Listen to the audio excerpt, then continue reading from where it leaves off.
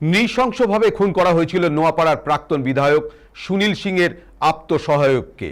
চাঞ্চল্যকর ঘটনাটি ঘটেছিল উত্তর চব্বিশ পরগনার গারুলিয়া এলাকায়। নিহত আত্মসহায়কের নাম শেখর চৌধুরী।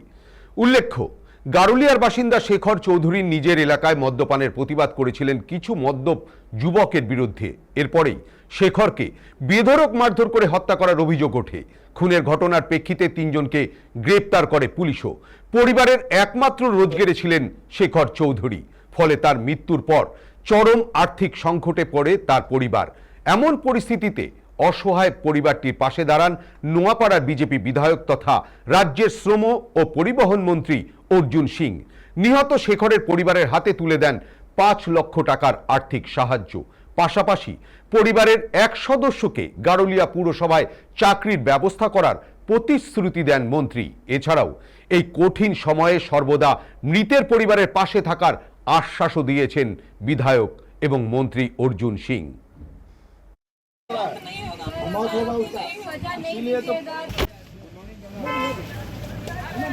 हर चीज का एक रास्ता होता है।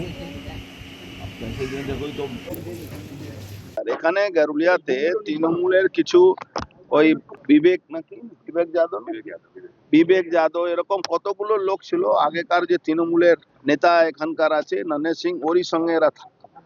এরা সব হিরোইন বিক্রি করে, গাঁজা বিক্রি করে, স্কুলের সামনে বিক্রি করে, এদের একটা র্যাকেট আছে।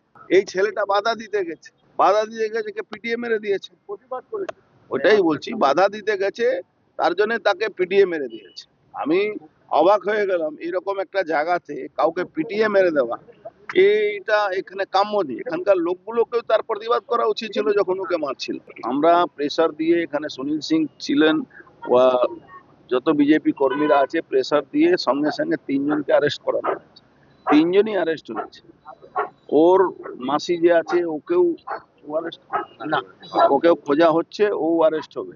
এবার আমরা আমাদের পক্ষ থেকে আজকে ওর বাড়িতে 5 লাখ টাকা আমি ওকে দিয়ে গেলাম।